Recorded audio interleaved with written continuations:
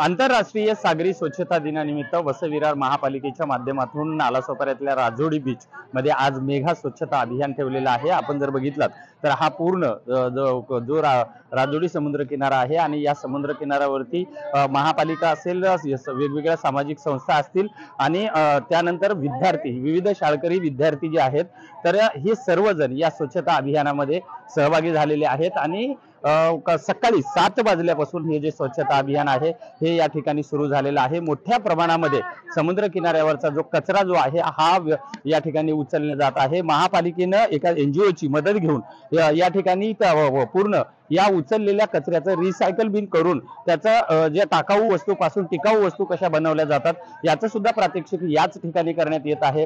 मोठ्या प्रमाणामध्ये JCB असेल, ट्रॅक्टर असेल आणि शाळकरी मुलं, विद्यार्थी अशा सर्वांच्या माध्यमातून ही जे स्वच्छता अभियान जे आहे हे या ठिकाणी चालू करण्यात आलेलं आहे आणि आज जवळपास 3 तासाच्या या स्वच्छता अभियानामध्ये हजारो टन कचरा जो आहे हा उचलला जाणार आहे।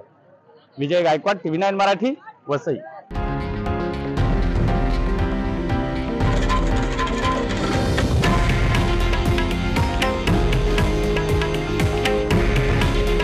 हे आहे देशातील नंबर 1 न्यूज नेटवर्क आणि आपण पाहत आहात TV9 मराठी। काळजी तुमची, हित महाराष्ट्राचं।